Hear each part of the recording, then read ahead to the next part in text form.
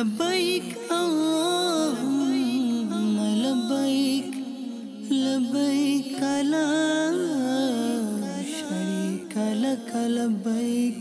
अल्हम्दुलिल्लाहि रब्बिल आलमीन वस्सलातु वस्सलामु अला सय्यदिल मुरसलीन अम्मा बअद फ़अऊज़ु बिल्लाहि मिनश शैतानिर रजीम बिस्मिल्लाहिर रहमानिर रहीम।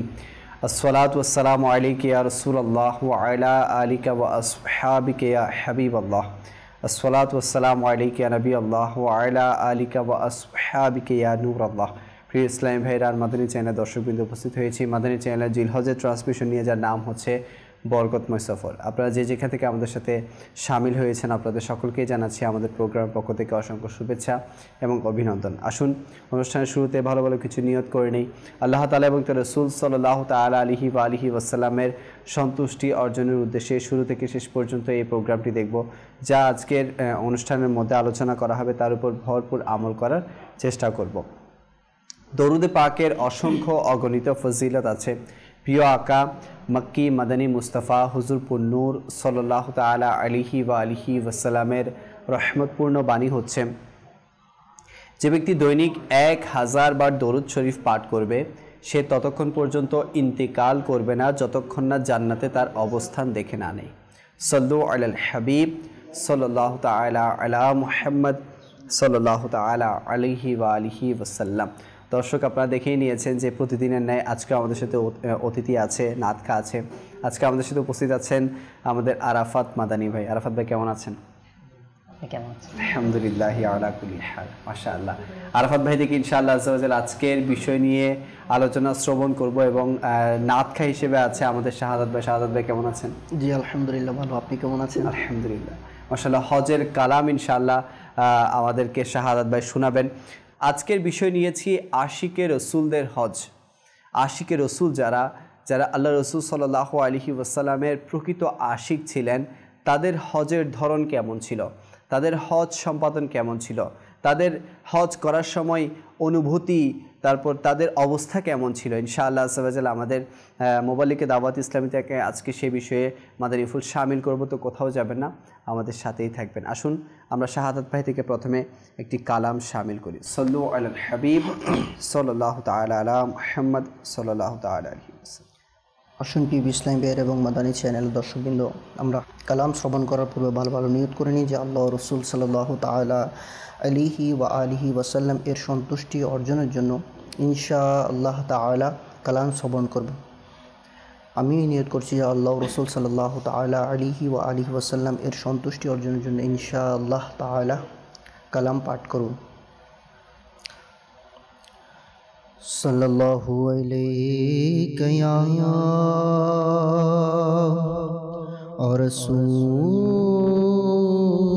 রাসূলুল্লাহ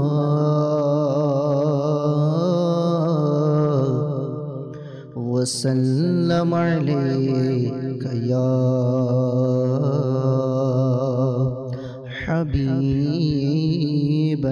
হাবিবাল্লাহ।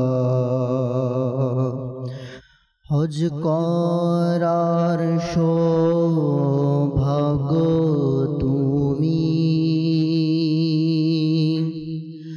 দাওয়া মাইয়া রাসূলুল্লাহ। হজ করার সৌভাগ্য তুমি দাওয়া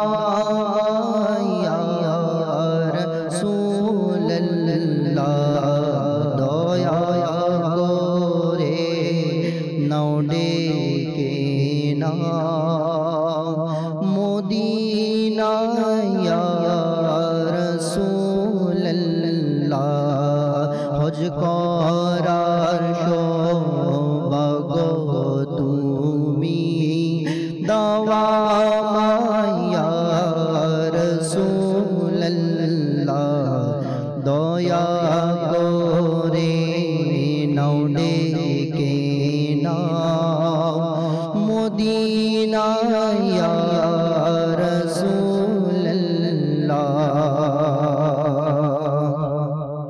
হজের মাসে লো আবার হাজিরা যাবে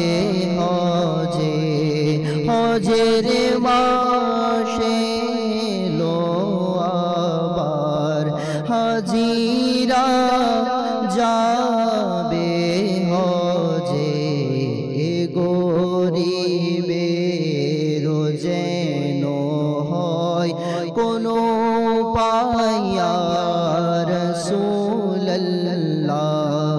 এ গরিবের যেন হয় কোনো পায়া রাসূলুল্লাহ হজ করার সৌভাগ্য তুমি দাওয়া মাইয়া রাসূলুল্লাহ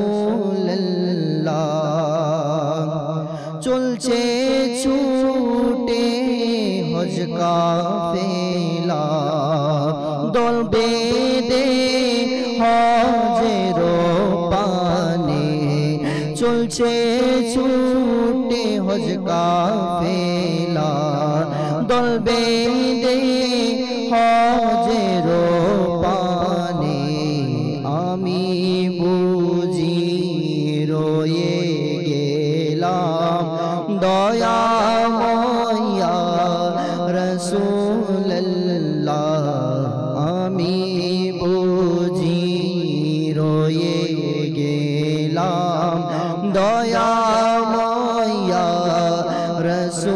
রাসূলুল্লাহ হজ করার সৌভাগ্য তুমি দাওয়া মাইয়া রাসূলুল্লাহ দয়া করে নাও ডেকে নাও মদিনায়া রাসূলুল্লাহ লাও ডেকে লাও তুমি আমায় সবুজ গম্বুজ ছায়া তলে লাও ডেকে লাও তুমি আমায় সবুজ গম্বুজ ছায়া তলে দয়া করো তুমি আমায় দয়া মায়া রাসূলুল্লাহ দয়া করো তুমি আমায় দয়া মায়া রাসূলুল্লাহ হজ করার সৌভাগ্য আমায় তুমি দয়া রাসূলুল্লাহ দয়া করে নাও ডেকে নাও দয়া মায়া রাসূলুল্লাহ তোমার জিয়ারতে প্রতি বছর হাজিরা যায় তোমারি জিয়ারতে যায় প্রতি বছর হাজিরা দেখে নাও এ গরিবকে দয়া মায়া রাসূলুল্লাহ ডেকে নাও এ গরিবকে ডেকে নাও ইয়া রাসূলুল্লাহ হজ করার সৌভাগ্য তুমি দাওয়া মায়া রাসূলুল্লাহ হয় যেন মরণ মদিনায় হে নবী এ আতারের হয় যেন মরণ মদিনায় হে নবী এ আতারে জান্নাতুল বকিতে যেন তার কবর ইয়া জান্নাতুল বাকিতে যেন তার কবর ইয়া রাসূলুল্লাহ হজ করার সৌভাগ্য তুমি দাওয়া মাইয়া রাসূলুল্লাহ দয়া করে নাও ডেকে নাও দয়া মাইয়া রাসূলুল্লাহ। মাশাআল্লাহ, মারহাবা মারহাবা। মাদানী চ্যানেল দর্শকবৃন্দ, আজকের আমরা বিষয় নিয়েছি আশিকের রসুলদের হজ। আসুন আমরা আরাফাত ভাইয়ের কাছে যাই, এ সম্পর্কে মাদানী ফুল শামিল করি। জি হুজুর। আজকে আলহামদুলিল্লাহ আমাদের যে অনুষ্ঠান বরকতময় সফর, অবশ্যই পৃথিবীর মধ্যে যদি আমরা দেখি যতই সফর করি যে যেখানে যাই না কেন, কেউ বিদেশ যায়, দেশ থেকে অন্য দেশে বা দেশের মধ্যে, অবশ্যই মক্কা মদিনার সফর থেকে আর কোনো বরকতময় সফর হতে পারে না। বেশক মক্কায় মুকাররমা, মদিনায়ে মুনাওয়ারা পৃথিবীর মধ্যে সর্বশ্রেষ্ঠ জায়গা বলতে পারি। এটা অবশ্যই এই দুটো জায়গা হচ্ছে পৃথিবীর মধ্যে উত্তম ফজিলতপূর্ণ এবং অনেক অনেক ফজিলত রয়েছে। আর আশিকদের হজ, আল্লাহ আল্লাহ, আমরা আল্লাহ তাআলার পক্ষ থেকে কোনো নিয়ামত, যেটাকে আমরা নিয়ামত বুঝি, কোনো নিয়ামতকে যখন আসলে আমরা নিয়ামত হিসেবে গ্রহণ করি, সেটাকে কিন্তু আমরা অনেক মূল্যায়ন করি। মনে করেন কোরআনে পাক কেমন নিয়ামত, কেমন তাজিম করি, আল্লাহ তাআলার পাক কালাম। তো যদি বলি মক্কা মদিনা এমন স্থান যে স্থানে এই কোরআনে পাক নাজিল হয়েছে, আল্লাহু আর এই কোরআনে পাকের মধ্যে আল্লাহ পাক রব্বুল আলামিন যেই শহরের শপথ গ্রহণ করেছে, তো যদি বলি আমার নবী সাল্লাল্লাহু তাআলা আলাইহি ওয়াসাল্লাম যে শহরে অবস্থান করেছেন, যখন সেখানে আল্লাহ তাআলা সেই শহরের শপথ গ্রহণ করেছেন। তো এই মক্কা বলেন, মদিনা বলেন, আর এগুলাকে এমন শহর বলা হয়েছে নিরাপত্তার শহর। হাদিসে পাকে আপনার যে এসেছে দাজ্জাল, সে সারা পৃথিবী ভ্রমণ করবে, প্রতিটি জায়গায় যাবে, কিন্তু আল্লাহ রাসূল সাল্লাল্লাহু তাআলা আলাইহি ওয়াসাল্লাম ঘোষণা দিয়েছেন এই মক্কা আর মদিনার মধ্যে সে প্রবেশ করতে পারবে না। আবার যদি একটু দেখি, এই মক্কা শহর এমন একটা শহর যেটাকে সর্বপ্রথম এই দুনিয়ার মধ্যে বলা হয়েছে। তো এরকম ফজিলতপূর্ণ ঘর, যেটা আমার রব তাআলার সাথে সম্পর্ক, কাবা শরীফ, তো যেটার সাথে হজের সাথে সম্পর্ক। যদি একটু দেখি, পৃথিবীতে হযরত আদম আলা নবিয়িনা আলাইহিস সালাতু ওয়াস সালাম থেকে শুরু করে যত নবী এসেছেন, সকল নবীর সাথে এই মক্কা শরীফের সাথে সম্পর্ক আছে। এরকম ফজিলতপূর্ণ জায়গাতে যখন কোনো বান্দা যায়, কোনো বান্দার যাওয়ার নসিব হয়ে যায়, যারা আসলে আল্লাহ তাআলার আশিক, যারা আসলে অন্তরের মধ্যে আল্লাহ তাআলার মুহাব্বত রয়েছে, যাদের অন্তরে আসলে আল্লাহ রাসূলের মুহাব্বত রয়েছে, তাদের অন্তরের তখন কি অবস্থা একমাত্র সেও জানে। যার নসিব হয়েছে, যেই এটা বুঝে এই যে মক্কা মুকাররমার ফজিলত এটা অন্তরে রেখে সে যদি মক্কা মুকাররমা দেখার সৌভাগ্য হয়, যাওয়ার সৌভাগ্য হয়, সেখানে যাওয়ার সেই টিকিট অনুমতি যদি মিলে যায়, আসলেই এটার ফিলিংসটা একমাত্র সে বলতে পারবে। তো আমরা অনেক কিতাবে তো অনেক আল্লাহর ওলিদের ঘটনা এবং সাহাবে কেরামদের ঘটনা যা দৃষ্টিতে পড়েছে, আসলেই এনাদের ফিলিংস দেখলে মানে এটা অবাক লাগে। এনারা কেমনভাবে আল্লাহ তাআলাকে মহাব্বত করতেন, আল্লাহ রাসূলকে মহাব্বত করতেন। আমরা মহাব্বত করি না তা না, কিন্তু ওনাদের মহাব্বতের স্তর আল্লাহু আকবার, অসাধারণ। সাহাবে কিরামদেরকে যদি আমরা দেখি, সাহাবে কিরাম আলাইহিম রিদওয়ান আজমাইন, ওনারা মক্কা শরীফে যেতেন বা মদিনা শরীফে যেতেন, যেখানেই থাকতেন না কেন, ওনাদের কর্মের মধ্যে ওনারা আল্লাহ রসুলের মহাব্বতকে খুঁজতেন। হজ করতে গেলেন, ঠিক আছে, মক্কা শরীফে গেলেন, এখানে কিন্তু আল্লাহ রসুলের মহাব্বতকে আগে খুঁজতেন। যেমন কি আপনার হুদাইবিয়া সন্ধির সময় আমার রসুল সাল্লাল্লাহু তাআলা আলাইহি ওয়া সাল্লাম হযরত উসমান গনি রাদিয়াল্লাহু তাআলা আনহুকে সেখানে পাঠালেন, মক্কার কুরাইশদের নিকট পাঠালেন, তাদের সাথে যেটা বোঝাপড়ার ছিল। তো যখন পাঠালেন তখন মক্কার কুরাইশ বাহিনী যারা ছিল, তো তারা সিদ্ধান্ত নিল যে সে বছর তারা আল্লাহ রসুল সাল্লাল্লাহু তাআলা আলাইহি ওয়া সাল্লাম মুসলমানদেরকে মক্কার মধ্যে হজ করতে দিবেন। তো তারা তো সেটা সিদ্ধান্ত নিয়ে নিল এবং তারা দিলই না। তো তখন তারা উসমান গনি রাদিয়াল্লাহু তাআলা আনহুকে বললেন, আপনি যেহেতু এসেই গেলেন, আপনি চাইলে আপনি তাওয়াফ করতে পারেন।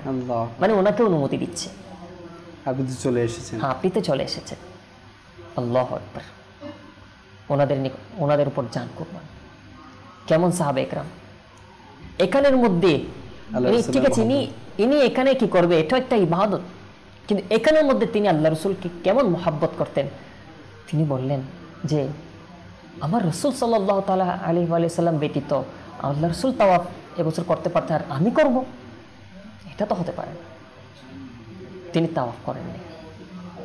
অর্থাৎ আমি এটা বোঝাতে চাচ্ছি যে উনি চাইলে করতে পারতেন, কিন্তু ওনাদের ইবাদতের মধ্যে ওনারা রসুলের মহাব্বতকে খুঁজতেন। তো আশিকের রসুলদের পরিচয় আসলে এরকমই, যারাই এভাবে আপনার যদি দেখি মক্কা মদিনার মধ্যে সাহাবে কিরামরা, তারা যখনই আপনার এভাবে যেতেন, তাদের মধ্যে এই হজ করার সময় বলেন অথবা অন্য সময় বলেন, সব সময় তারা আল্লাহ রসুলের মহাব্বত, এটা কিন্তু তাদের মধ্যে বিদ্যমান।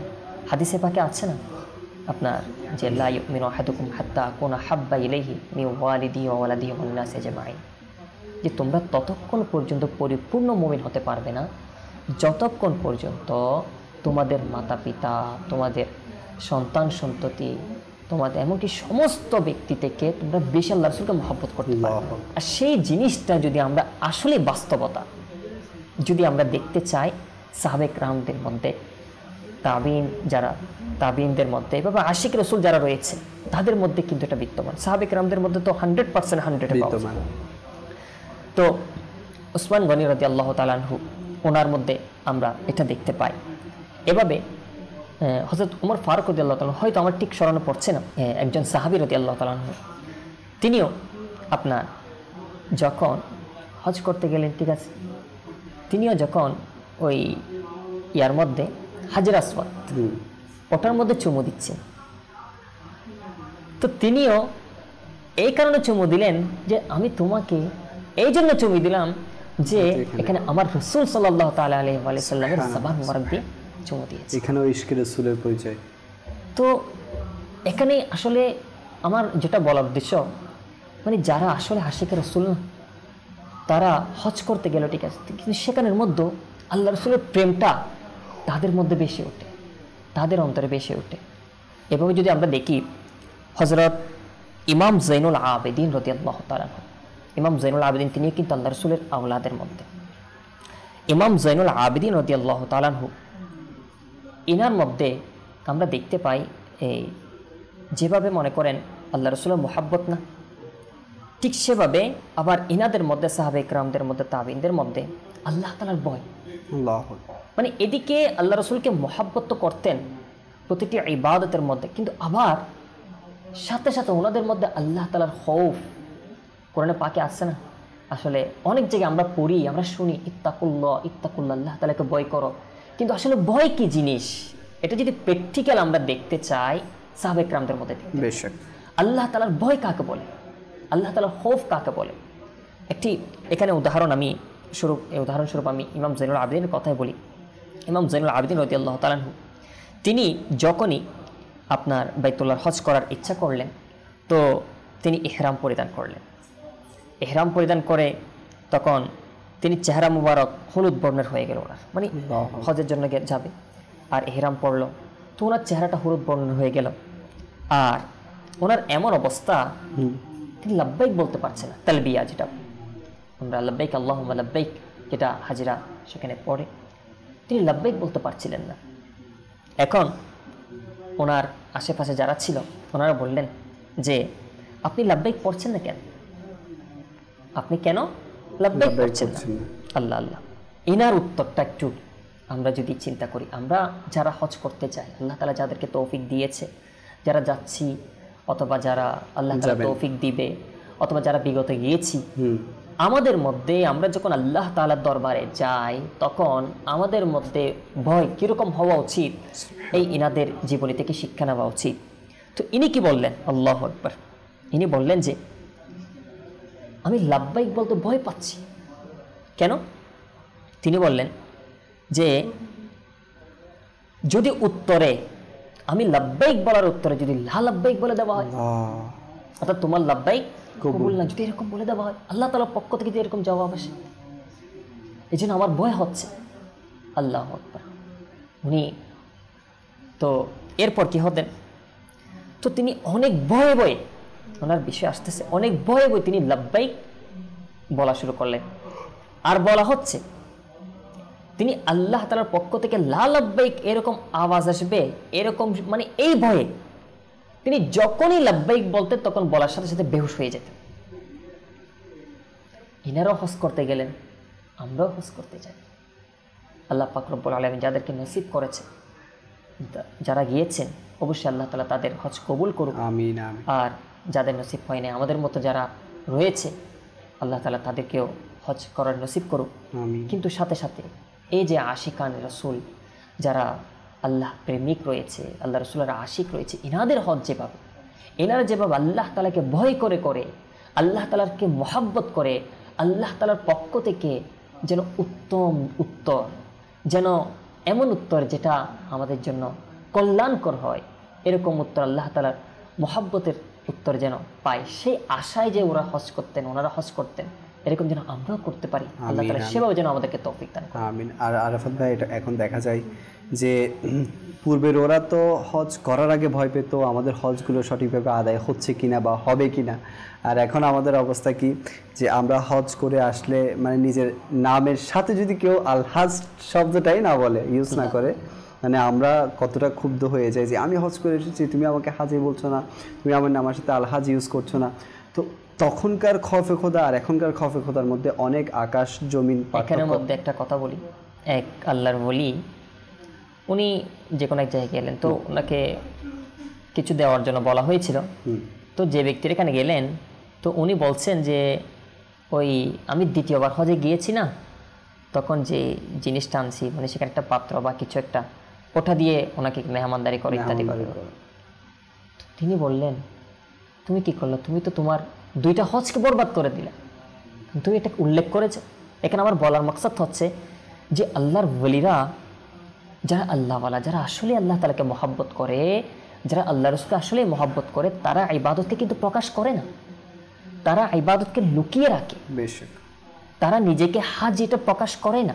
কারণ কি, আসলে কি বলবো, হাদিসে পাকে এসেছে যে যে আল্লাহ তাআলার সন্তুষ্টির জন্যে হজ করেছে আর পাপাচার অন্যায় কাজ যেগুলো রয়েছে এর থেকে বিরত থেকেছে, অর্থাৎ এগুলো থেকে বিরত থেকে সে হজ করেছে, তো বলা হচ্ছে তাকে আল্লাহ তাআলা এমনভাবে সেখান থেকে ফেরাবেন, এমনভাবে সেখান থেকে লুঠাবেন যেন সে ওই দিন, অর্থাৎ যেই দিন দুনিয়াতে এসেছে, একটা মানুষ দুনিয়াতে যখন আসে কোনো পাপ থাকে, কোনো গুনাহ থাকে, কোনো গুনাহ থাকে না, তার কোনো পাপ থাকে না, যেভাবে মানুষ দুনিয়াতে আসার সময় কোনো পাপ নেই, কোনো গুনাহ নেই, যেভাবে সম্পূর্ণ পবিত্র, তদ্রূপ আল্লাহ তাআলা এরকম ব্যক্তিকে সেরকম পবিত্র করে দেন যেন তার মা সেই দিন তাকে জন্মগ্রহণ করেছে।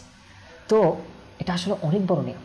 আর দেখেন আমরা দেখি যে যারা বিভিন্ন সময় হজ করে আসে, এরাও কিন্তু হজ করে, আসলে হজ এটা এমন একটা রক্ষণ ইসলামের, বা এমন একটা ভিত্তি, বা এমন একটা হুকুম যাদের উপর ফরজ হয়, তারা তো করার সৌভাগ্য অর্জন করে বা বিভিন্ন সময় তারা করে আসে। তো হজ এটা কিন্তু একটা পরিবর্তনের মাধ্যম, আপনার জাহির ও বাতিন পরিবর্তনের মাধ্যম। এখানে একটা কথা বলি, এরপরও আরাফাত ভাই আমি এটা জিজ্ঞেস করতে যাচ্ছি আপনার থেকে যে এরপরেও দেখা যায় আমরা কিন্তু পরিবর্তন হই না অনেকে হজ করে আসার পরেও, এটা কেন হয়? এর মধ্যে আসলে আমি একটা কথা বলতে চাচ্ছি। মনে করেন আপনি যেই কাজকে, আমরা প্রত্যেকে যেই কাজকে যত মূল্যায়ন করব সেই কাজের প্রভাব কিন্তু তত বেশি আমরা দেখতে পাবো। কেন? মূল্যায়নের একটা বিষয় রয়েছে, গুরুত্ব দেওয়ার একটা বিষয় রয়েছে।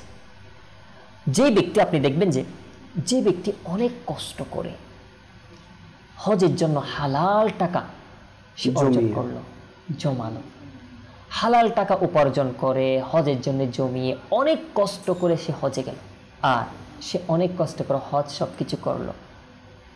তো হালাল টাকা কিন্তু বর্তমান ঠিক আছে অনেক প্রকার আয়ের পন্থা রয়েছে, কিন্তু হালাল পন্থা আয় আসলেই কঠিন।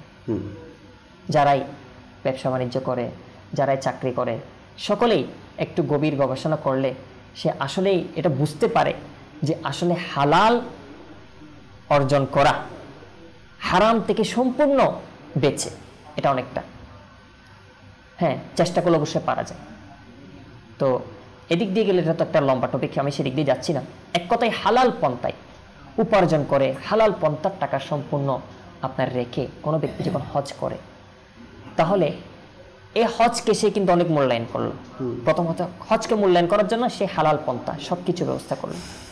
আচ্ছা, সে হালাল পন্থায় হজ করে, হালাল টাকা দিয়ে হজ করে, এরপর তার অন্তরে কিন্তু এটা তাকে আমি অনেক কষ্ট করে হালাল টাকা জমাই করেছি হজ করার জন্য, সুতরাং এই হজ করার সময় তার অন্তরে এটা থাকে আমার হজ যেন বৃথা না যায়, আমি যেন এই হজ কেমনভাবে করি আমার রব তাআলা যেন খুশি হয়ে যায়। তখন সে হজকে সেভাবে করে, অর্থাৎ আল্লাহ তাআলার দরবারে হাজিরি, এবং সেখানে যেন কোনো পাপাচার হয়ে না যায়, গুনাহ হয়ে না যায়, এভাবে করে সে অনেক চেষ্টা করে। সেখানে যে কাজগুলো আছে সেগুলো আসলে মানুষ যখন সফরে যায় না, তো সফরে যাওয়ার সময় মানুষ অনেক সময় অনেক গুনাহের ফাঁদে পড়ার সম্ভাবনা রয়েছে।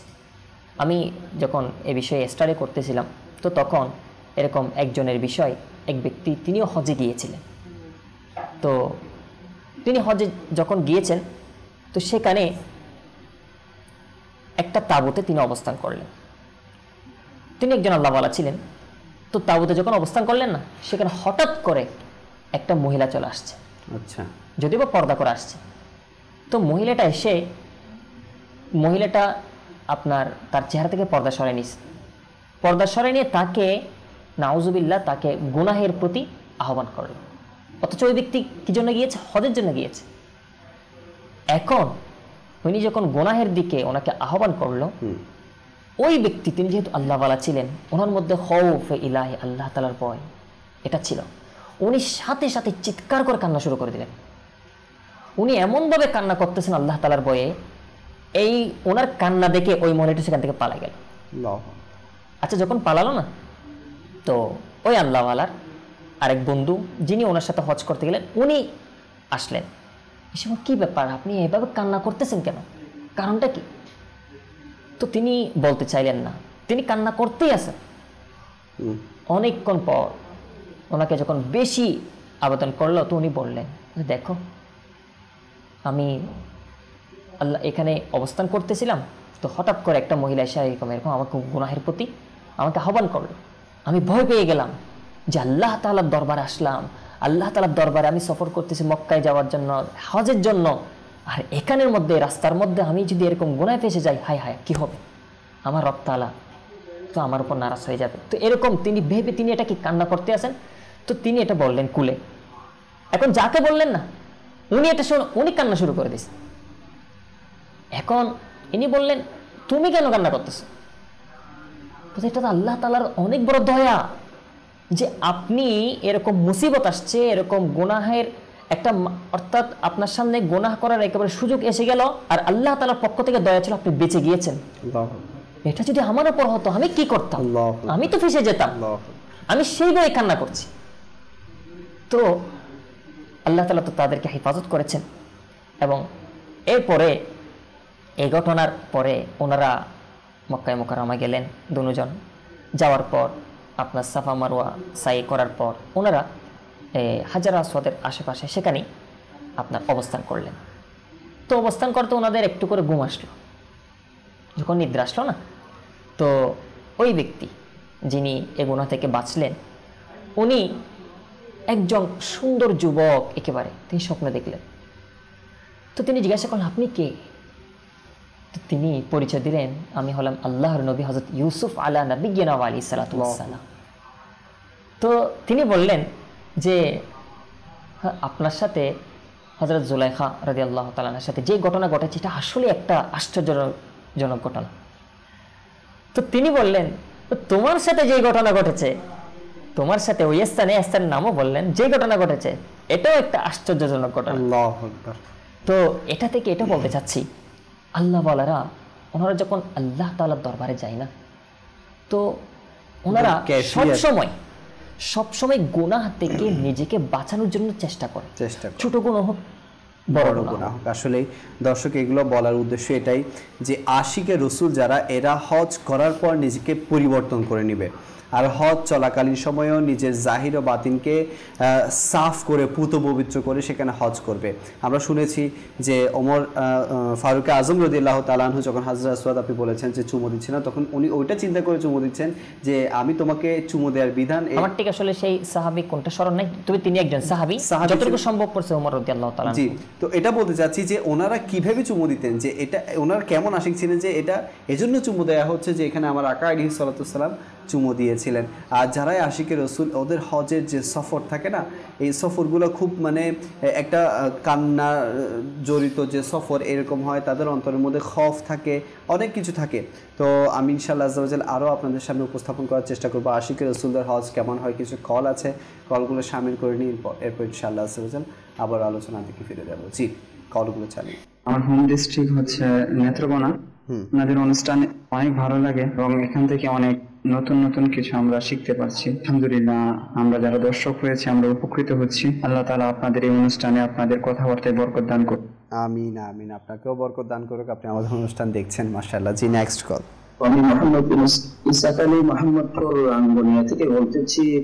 মাশাআল্লাহ, মাদানী চ্যানেল খুব সুন্দর একটা প্রোগ্রাম আমাদেরকে দেখাচ্ছেন, এই জন্য মোবারকবাদ জানাচ্ছি। আপনাদের অনুষ্ঠান আমাদেরকে ইনশাআল্লাহ সরল পথ দেখাবে। আল্লাহ তাআলা এই মাদানী চ্যানেলকে প্রত্যেক ঘরে ঘরে পৌঁছে দিক। আমি বিজাহিন নবী সাল্লাল্লাহু আলাইহি ওয়াসাল্লাম। আমিন আমিন। জি, নেক্সট কল। আমি কাতারে থাকি। মাশাআল্লাহ, আপনাদের মাদানী চ্যানেলের সব প্রোগ্রাম দেখা হয়, খুব ভালো লাগে। আল্লাহ তাআলার দরবারে দোয়া, আমাদের দাওয়াত ইসলাম সমস্ত মুবাল্লিগ মুরসালিনকে আল্লাহ তাআলা নেক হায়াত দান করে এবং আমাদেরকে আজীবন দাওয়াত ইসলামের ইস্তেকামত দান করে। আমিন আমিন। জি, নেক্সট কল। আমার নাম ইজাদুল সুবমা, আমি দৌড়া থেকে বলছিলাম। আজকে অনুষ্ঠানটি খুব সুন্দর লাগছে, খুব সুন্দর একটি বিষয় দেওয়া হয়েছে। আপনাদেরকে ধন্যবাদ আমাদেরকে অনুষ্ঠান করার জন্য। আমাদের জন্য দোয়া করবেন ইনশাআল্লাহ আজ্জা ওয়া জাল। আপনিও আমাদের জন্য দোয়া করবেন। অনেকে সোশ্যাল মিডিয়ার মধ্যে কমেন্ট করেছেন।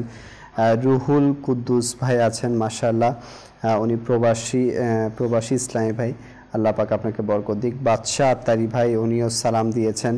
এরপর সাতক্ষীরা থেকে এক দর্শক আমাদেরকে কমেন্ট করেছেন, আর এক দর্শক কমেন্ট করেছেন খাগড়াছড়ি থেকে, মাশাআল্লাহ। মোহাম্মদ হাসান ভাই বলছেন যে আরও কিছু জিলহজ মাসের অনুষ্ঠান দিলে ভালো হতো। জিলহজ মাসের অনুষ্ঠান চলছে, সকালেও চলছে, রাতেও চলছে, এরপর কিছু রেকর্ডেড প্রোগ্রামও চলছে, আপনি প্রতিদিন দেখতে পাবেন। আহমেদ কবির ভাই আছেন, নুরুল ইসলাম ভাই আছেন, এরপর আদনান ভাই আছেন, এরপর কায়েস বুহিয়া ভাই আছেন, রিয়াদ ভাই আছেন, ইমাম ভাই আছেন, লিখেছেন হুজুর কেমন আছেন? আলহামদুলিল্লাহ ভালো আছি। এরপর আছেন মোহাম্মদ আবুল কদর ভাই, মাশাআল্লাহ, আপনাদের সবাইকে অসংখ্য মোবারকবাদ। হোয়াটসঅ্যাপে অনেকে আমাদেরকে মেসেজ করেছেন। এক দর্শক মেসেজ করেছেন বিবাড়িয়া থেকে, আরিফ ভাই, উনি বলছেন যে আরাফাত মাদানী হুজুরের কাছে ওনার আরও যে আমির আহলে সুন্নতের হজের সফর সম্পর্কে যদি কিছু বলতেন। আমি ইনশাআল্লাহ কিছুক্ষণ পর, এখনই ইনশাআল্লাহ আমির আহলে সুন্নতের হজের একটা ক্লিপ আপনাদের সামনে দেখানোর চেষ্টা করব। ইনশাআল্লাহ এর মাধ্যমে আপনি বুঝে যাবেন আমির আহলে সুন্নতের হজের কেমন আন্দাজ ছিল। জি, ক্লিপটা যদি রেডি থাকে আমাদেরকে দেখিয়ে দিবেন। 1439 হিজরি সনের জিলহজ মাস এর আজ অষ্টম রাত ইহরামে চাদর আলহামদুলিল্লাহ আমরা পরে নিয়েছি, কিন্তু নিয়ত করিনি। নিয়ত রয়েছে মসজিদুল হারামে গিয়ে নিয়ত করব, আর উত্তম এটাই রয়েছে। মাশাআল্লাহ, আমাদের বড় শাহজাদা হজ্জে কিরান এর ইহরাম পরিধান করেছেন। আলহামদুলিল্লাহ। আপনি কি হজ করছেন? হজ্জে তামাত্তু। তিনি খৌফে খোদা ও দুঃখ ভারাক্রান্ত হৃদয়ে হজের নিয়তে মসজিদে হারামে যখন তশরিফ রাখলেন, এই দৃশ্য ছিল খুব আবেগঘন। তিনি মসজিদুল হারামে নামাজ আদায় করেন এবং কাবাতুল্লাহর সামনে কালামুল্লাহ শরীফ থেকে সূরা মুলক তিলাওয়াত করেন। তাবারাকাল্লাযী বিয়াদিহিল মুলকু ওয়া হুয়া আলা কুল্লি শাইইন কাদির। আলহামদুলিল্লাহ, আমির আহলে সুন্নাত আমাদেরকে হজের ইহরামের নিয়ত করা। আল্লাহুম্মা ইন্নী উরিদুল হজ্জ ফায়াসসিরহু লি ওয়া তাকাব্বালহু মিন্নি ওয়া আ'ইন্নি আলাইহি ওয়া বারিক লি ফিহি নাওয়াইতুল হজ্জ ওয়া আহরামতু বিহি লিল্লাহি তাআলা লব্বাইক আল্লাহুম্মা লব্বাইক লব্বাইক লা শারীকা লাক লব্বাইক ইন্নাল হামদা ওয়ান নি'মাতা। তারপর যখন হজ্জের নিয়ত করেন তখন তিনি কান্না করতে থাকেন আর আল্লাহর বারগাহে প্রার্থনা করতে থাকেন। আমিরে আহলে সুন্নাত ও তার কাফিলা জমজম শরীফ থেকে বরকত হাসিল করে তাদের বিশ্রামস্থলে প্রত্যাবর্তন করে। তারপর কাফিলা ৮ জিলহজ মিনার দিকে যাত্রা শুরু করল। আলহামদুলিল্লাহ, আজ জিলহজ মাসের ৮ তারিখ ১৪৩৯ হিজরি সনের হজের উদ্দেশ্যে রওনা হয়েছি। আল্লাহর রহমতে মিনা শরীফের দিকে চলছি। আর আজ আমাদের জোহর থেকে নিয়ে ৯ তারিখের ফজর পর্যন্ত মিনাতে পড়তে হবে, যা সুন্নত রয়েছে। আর আজকের রাত অতিবাহিত করা মিনাতে সুন্নত। মিনার পবিত্র ভূমিতে আমরা প্রবেশ করলাম। যখনই মিনা শরীফ দেখতে পাবেন, দুরুদে পাক পড়ে এ দোয়া পড়বেন, আল্লাহুম্মা হাযিহি মিনান ফামনুন আলাইয়া বিমা মানান্তা বিহি আলা আউলিয়াইক। জোহরের নামাজ আমরা পবিত্র মিনা শরীফে আদায় করার সৌভাগ্য অর্জন করেছি। মক্কা শরীফে মিনার ভূমিতে মসজিদে খাইফ অবস্থিত, যা ইসলামের ঐতিহাসিক মসজিদগুলোর একটি, যেখানে হুজুর সাল্লাল্লাহু আলাইহি ওয়াসাল্লামের পূর্বে ৭০ জন নবী ইবাদত করেছেন। এই মসজিদ হাজিদের জন্য হজের দিনগুলোতে ইবাদত ও নামাজ আদায় করার জায়গা। আমাদের কাফেলা মসজিদে খাইফ অতিক্রম করে নিজেদের তাঁবুর দিকে অগ্রসর হচ্ছে। মিনা শরীফের প্রসিদ্ধ মসজিদ মসজিদুল খাইফ এর পাশ দিয়ে যাচ্ছি। কথিত আছে মসজিদুল খাইফে ৭০ জন আম্বিয়া কেরাম আলাইহিমুস সালাম দের মাজার শরীফ রয়েছে। হযরত সাইয়্যিদুনা আদম সফিউল্লাহ আলা নবিয়্যিনা ওয়া আলাইহিস সালাতু সালাম এর পবিত্র মাজার শরীফও এখানেই রয়েছে। আসসালামু আলাইকুম ইয়া আম্বিয়া আল্লাহ। মিনাকে এজন্য মিনা বলা হয় যে এখানে আশা পূর্ণ হয়। আর সম্পূর্ণ মিনা যে রয়েছে, এটা দোয়া কবুলের জায়গা। মাশাআল্লাহ, আমরা আমির আহলে সুন্নতের হজের কিছু দৃশ্য দেখার সৌভাগ্য অর্জন করলাম। আমির আহলে সুন্নত নিঃসন্দেহে অনেক বড় মাপের একজন আশিকে রসুল, এবং ওনার হজের কিছু গত 2 বছর আমরা 18 এবং 19 সালের হজ আমরা দেখেছি যে উনি কীভাবে হজ করেছেন। মাশাআল্লাহ, ওনার একটা কান্না জড়িত দৃশ্য, ওনার সেখানে থাকা, ওনার অনুভূতি, এগুলো সবাই আমরা দেখেছি।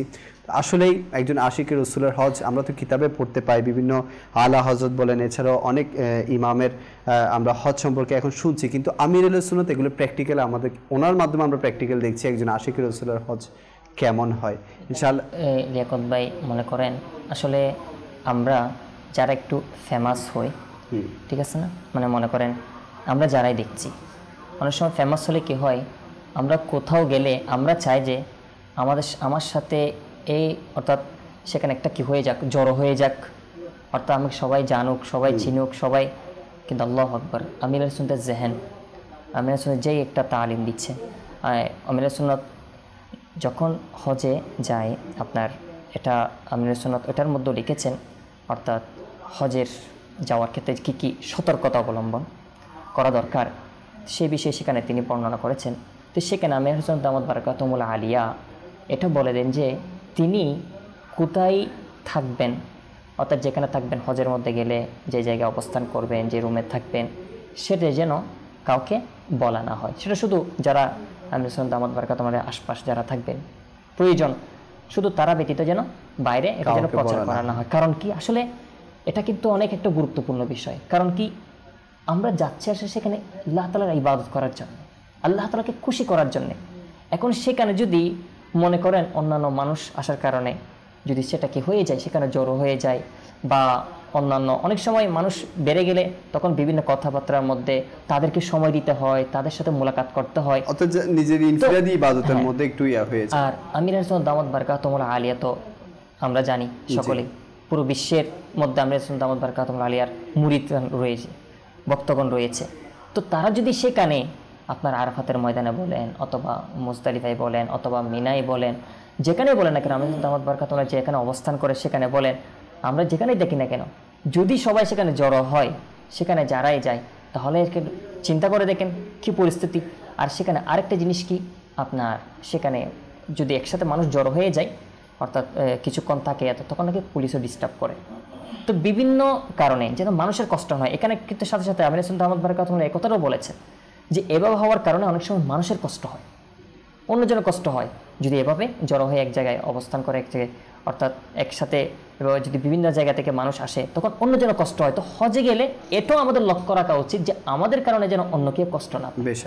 আবার মনে করেন কেউ রুমে কোথাও, মনে করেন এক্সাম্পল 20 জন মানুষের জন্য একটা রুম সিলেক্ট করা হয় হজের মধ্যে যখন যাই, তো স্বাভাবিক তাদের বিভিন্ন রুমে থাকে, আপনার বিভিন্ন ফ্ল্যাট নিয়ে অনেকে রুম নেই। তো সেখানে এখন যদি আপনার 10 জনের জন্য বা 20 জনের জন্য রুম নিলাম, সেখানে যদি মনে করেন ওই মোলাকাতের জন্য আস্তে আস্তে 30 জন আরও 10 জন এসে গেল, এখন বাকিদের ঠিক আছে আপনি আমরা যারা গেলাম আমরা 10 জন এসে গেলে এখানে আমাদের সাথে মোলাকাত করার জন্য, তো ওই যে বাকি আমি ছাড়া যারা 20 জন 19 জন রয়েছে এরা তো কষ্ট পাচ্ছে। আমি বা মেনে নিলাম যে কি আমার পরিচিত, কিন্তু সবাই কি সেটা মেনে নিবে না। তো হজের মধ্যে গেলে আমির হোসেন দামাত বারাকাতুহুল আলিয়া এই জিনিসটা এখানে লিখেছেন যে মানুষ যেন কষ্ট না পায় সেদিকে লক্ষ্য রাখা, এটা কিন্তু অনেক একটা ইম্পর্টেন্ট বিষয়। তো আল্লাহর ওলিরা কিন্তু এদিকে লক্ষ্য রাখতেন। আর আল্লাহর ওলিদের সবচেয়ে যেটা দৃষ্টি, এটা হচ্ছে বাস প্রতিটা কদমে আল্লাহ তাআলাকে কীভাবে রাজি করা যায়, আল্লাহ তাআলার প্রেমে কীভাবে সেখানে সময় কাটানো যায়, আল্লাহ তাআলার প্রেমে কীভাবে আপনার তাওয়াফ বলেন, নামাজ বলে, এগুলোর মধ্যে রত থাকা যায়, এটা হচ্ছে আল্লাহর ওলিদের সোর্স থাকে। আমির হোসেন দামাত বারাকাতুহুল আলিয়াও যদি আমরা দেখি, উনিও আমরা প্রায় সময় ওনার ভিডিও বলেন অথবা ওনার লেখার মধ্যে বলেন, এই যে সবসময় যেন কিসে থাকে সেখানে আল্লাহ রাসূলের প্রেমের মধ্যে থেকে যেন ইবাদত করে, এটার কিন্তু তারগিব আমরা দেখতে পাই। মাশাআল্লাহ। আরফাত ভাই, আবার আপনার কাছে আসবো, আশিকি রাসূলের হজ সম্পর্কে জানবো। শাহাদাত ভাই থেকে কালাম শামিল করবেন ইনশাআল্লাহ। জি। প্রিয় মদিনা দূরে যাব কেমন করে, তেবাবু দূরে আকা তেবাবু দূরে, আল্লাহুম্মা সাল্লি আলা সাইয়্যিদিনা মুহাম্মাদিন, আল্লাহুম্মা সাল্লি আলা সাইয়্যিদিনা মুহাম্মাদিন। উসরু ঝড়ে যাই শুকিয়ে, কেঁদে কেঁদে নিরালায় পেতে একবার দেখা গিয়ে তোমার সোনার মদিনায়, তেবাবু দূরে আকা তেবাবু দূরে, তেবাবু দূরে আকা তেবাবু দূরে, আল্লাহুম্মা সাল্লি আলা সাইয়্যিদিনা মুহাম্মাদিন, محمدين اللهم صل على سيدنا محمدين প্রতি বছর আশায় থাকি যাব সোনার মদিনায় মনের ব্যথা বলবো খুলে ও হে দরদি তোমায় প্রতি বছর আশায় থাকি যাব সোনার মদিনায় মনে ব্যথা বলবো গিয়ে ও হে দরদি তোমায় যাব যাব বলে আমি রয়ে গেলাম বাংলায় সবাই ছেড়ে চলে গেল কেউ নিল না আমায় তাই বাবু দূরে আকা তাই বাবু দূরে আল্লাহুম্মা সাল্লি আলা সাইয়্যিদিনা মুহাম্মাদিন আল্লাহুম্মা সাল্লি আলা সাইয়্যিদিনা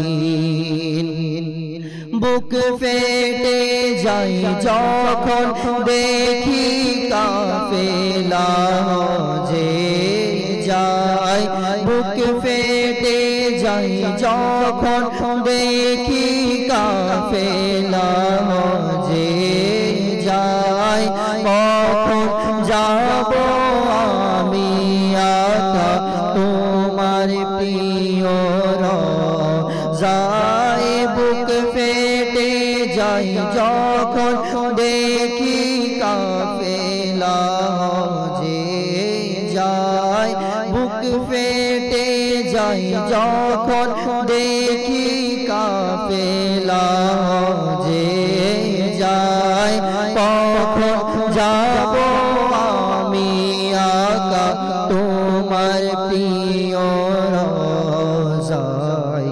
উসরু জলে বুক বাসিয়ে ইয়া রাসূলুল্লাহ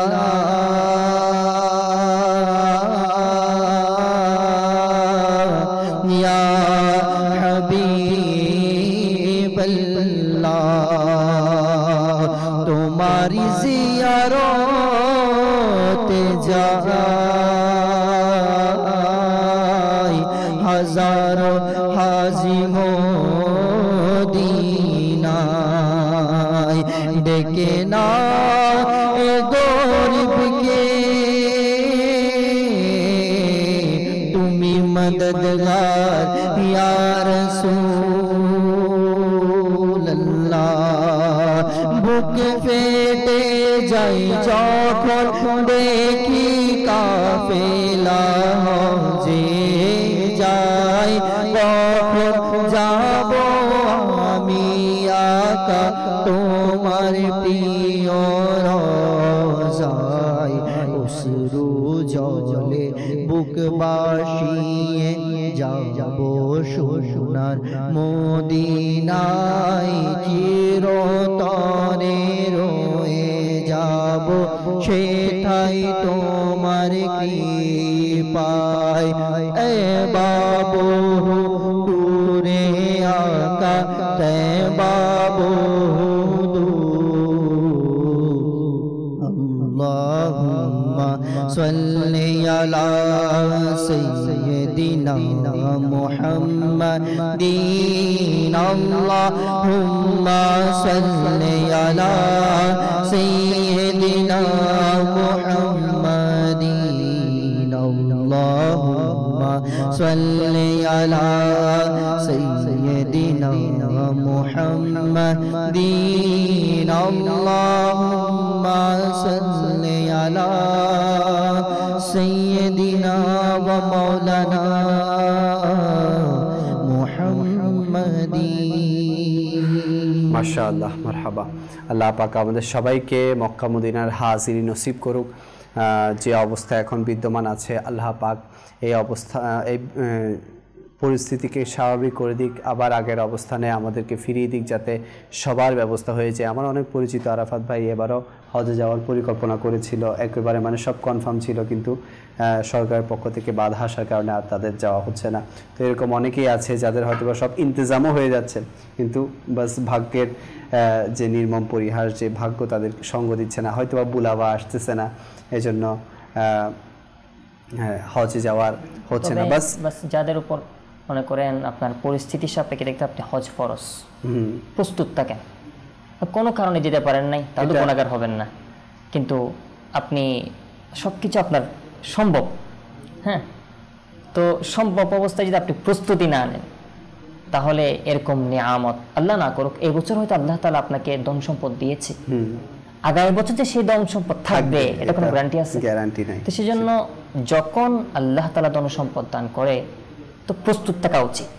হ্যাঁ, অন্য কারণে যেতে পারি না সেটা ভিন্ন কথা, কিন্তু সম্ভব অনুযায়ী প্রস্তুতি থাকা উচিত। বাস যখন এই সুযোগ হয় আপনার, এখন যেটা যে কোনো কারণে আপনার সরকারিভাবে বা বাধার কারণে যেতে পারতেছে না, তো এটা তো আল্লাহ তাআলা চাইলে হয়তো হতে পারে আগামী বছর সেটা সেই বাধাটা থাকবে না। কিন্তু আপনি যদি প্রস্তুতিটা নিয়ে নেন আর অন্তরের মধ্যে যদি এটা রাখেন এবছর করতে পারেন কি হলো, আমি এটা ইনশাআল্লাহ আগামী বছর জন্য জমা রেখে দিব, তাহলে অবশ্যই আল্লাহ তাআলা হতে পারে আগামী বছর নসিব হয়ে যাবে আপনার ইনশাআল্লাহ। যে আবারও আরাফাত ভাইয়ের কাছে যাব, আশিকে রাসূলের হজ নিয়ে কথা বলব। লেখক ভাই একটা কথা বলেছিলাম যে মাঝখানে, এটা হচ্ছে একটা হচ্ছে আমরা হালালের দিকে একটু তাওয়াজ্জুহ হই, কারণ কি এই হজের বিষয়টা এটা এমন একটা ইবাদত যেটা শারীরিকও আবার সম্পদেরও, আচ্ছা, অর্থাৎ সম্পদের মাধ্যমেও এটা কি ইবাদতটা সম্পর্কিত, অর্থাৎ সম্পদ এখানে কি রিলেটেড রয়েছে, কারণ এটা সম্পদের মাধ্যমে খরচ করে কি যেতে হয় আল্লাহ তাআলার দরবারে যেতে হয়। হযরত ওমর বিন আব্দুল আজিজ রাদিয়াল্লাহু তাআলা আনহু, ওনার যখন হজ করার ইচ্ছা হলো না, উনি ওনার গোলামকে বললেন যে তোমার কাছে কি টাকা পয়সা আছে? মুজাহিম ওনার গোলামের নাম ছিল। তো মুজাহিম বললেন আমার কাছে তো তেমন টাকা পয়সা নেই, 10 দিনার মতো হবে, এটা দিয়ে কি হজ করা যাবে? এরপর এই মুজাহিম তিনি বললেন যে কিছুদিন পর আর কি বলতে বনু মারওয়ানের কিছু সম্পদ প্রায় আপনার 17,000 দিনার স্বর্ণের এরকম আমি পাবো, তো আপনাকে মানে এটা হজের জন্য আপনি প্রস্তুতি নিয়ে নেন, মানে এখান থেকে কি হজের ব্যবস্থা করে দিবে। আল্লাহু আকবার। তো ওমর বিন আব্দুল আজিজ রাদিয়াল্লাহু তাআলা আনহু তিনি কি বললেন? তিনি বললেন যে তুমি সেগুলো বাইতুল মালে জমা করে দাও, সেখানে যদি হালাল পয়সা থাকে সেখান থেকে আমি নিব, আর যদি সেখানে হারাম পয়সা থাকে সেগুলো আমার দরকার নেই। তো এভাবে তিনি যখন বললেন তিনি একটু বুঝতে পারলেন, এটা মুজাহিমের একটু খারাপ লাগলো। তো তখন আমিরুল মুমিনিন এটা যখন বুঝতে পারলেন তখন তিনি কি বললেন? তো আমিরুল মুমিনিন তিনি বললেন ওমর বিন আব্দুল আজিজ রাদিয়াল্লাহু তাআলা আনহু তিনি বললেন যে দেখো মুজাহিম, আমি যে কাজ আল্লাহ তাআলার জন্যে করি তুমি সেটিকে কখনো অশুভ মনে করো না, কারণ হজটা তো আল্লাহ তাআলার জন্য, আর এই টাকাটা আমি হালাল যেটা চিন্তা করতেছি সেটাও তো আল্লাহ তাআলার জন্য। তো আর তিনি বললেন আমার নফস উন্নতিকে পছন্দ করে, স্বাভাবিক মানুষের নফস তো উন্নতিকে পছন্দ করে, বরং ভালো থেকে ভালো বিষয়ের আকাঙ্ক্ষী। এই নফসের যদি কোনো মর্যাদা অর্জিত হয় সাথে সাথে আরো উন্নত মর্যাদা অর্জনের চেষ্টায় লেগে পড়ে। আর দুনিয়ার সকল বড় মর্যাদা যেটা রয়েছে, বড় পদ যেটা রয়েছে, সে বড় পদের বড় পদ হলো খিলাফত, অর্থাৎ যেটা আমরা বলি ক্ষমতা, ঠিক না? তো তিনি বললেন সেটা তো আমার নফসের অর্জিত হয়ে গেল, আর এখন আমার নফস শুধু আমার এটাই প্রত্যাশা, জান্নাতের প্রত্যাশা। তো জান্নাতের প্রত্যাশা যখন, তাহলে সেটার জন্য সেভাবে প্রস্তুতি, সেটার জন্য সেভাবে হালাল, অর্থাৎ এখানে মূল মাকসাদ যেটা সেটা হচ্ছে আমরা কোনো ভালো কাজ করলেও এটাও যাতে ভালো পন্থাই হয়, আল্লাহ তাআলার রিজা, আল্লাহ তাআলার রিজা, আল্লাহ তাআলার রিজা। আমরা কোনো হারাম পন্থা দিয়ে যাতে কোনো ভালো কাজ না করি। এখানে তো যারা হজ করবে আল্লাহ তাআলা যাদেরকে তৌফিক দিচ্ছেন, এখানে অবশ্যই মাইন্ডে রাখতে হবে আমি যে হজে যাচ্ছি সেখানে যেন হারাম টাকা যেন আমি আমাদের সেটা অ্যাড না হয়। আসলে এটা মূল বিষয় এটাই যে আমরা অনেকে ধনবান, অনেকে সম্পদশালী, আমরা অনেকে হজে যাওয়ার জন্য নিয়ত করি বা ইন্তজাম করি, জাস্ট এতটুকু আমরা খেয়াল রাখবো যে এই ভালো কাজ করতে গিয়ে যাতে কোনো হারামের মধ্যে আমরা জড়িত হয়ে না যায়। আল্লাহ পাক আমাদের সবাইকে বুঝার তৌফিক দান করুক। সাল্লু আলাল হাবিব সাল্লাল্লাহু তাআলা আলা মুহাম্মদ সাল্লাল্লাহু তাআলা আলাইহি। লব্বাইক আল্লাহুম্মা লব্বাইক লব্বাইক লা শারীকা লাক লব্বাইক।